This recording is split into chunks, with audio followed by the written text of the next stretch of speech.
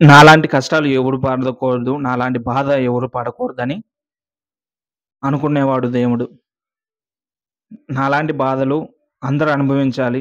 నాకన్నా ఎక్కువ కష్టాలు పడాలి అనుకునేవాళ్ళు మూర్ఖులు, మనుషులంటారు. దేవుళ్ళంటే ఊరికే అవ్వలేదు. ఎన్నో కష్టాలు పడి, నాలాంటి కష్టాలు మా భక్తులు పడకూడదు అనుకుని భక్తుల బాధలను తీర్చిన వాళ్ళే దేవుళ్ళయ్యారు. అమృతం తాగిన వాళ్ళే దేవుళ్ళనుకుంటే, అమృతాన్ని సాధించేటప్పుడు సముద్రాన్ని చిలుకుతారు కదా!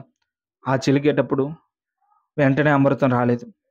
ఎన్నో వస్తువులు, పదార్థాలు బయటపడినప్పుడు ఇంకా శ్రమించి, శ్రమించి లాస్ట్‌కి అమృతం బయటపడింది.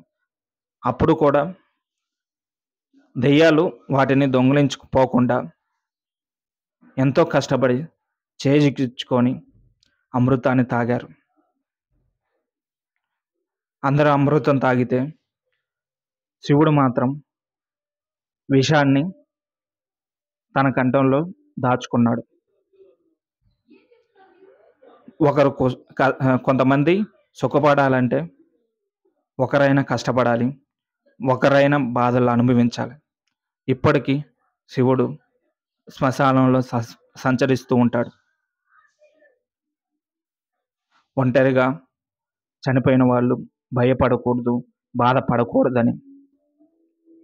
అదే కాదు, దేవుళ్ళ లైఫ్‌లో ఒక్కొక్కళ్ళకి ఒక్కొక్క పర్సనల్ లైఫ్ ఉన్నప్పుడు, ఆ పర్సనల్ లైఫ్‌లో కూడా కష్టాలు పడ్డారు.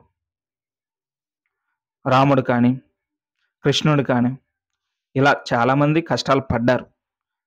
ఆ కష్టాలు చూసి భక్తులు పడకూడదు అనుకున్నారు.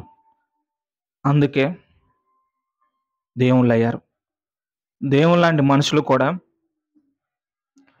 తను ఎంతో కష్టపడి, ఎన్నో బాధలు పడి, నాలాంటి బాధలు ఇంకెవరు అనుభవించకూడదు అనేసి పక్కన మనుషులకి ఎంతో హెల్ప్ చేస్తాడు.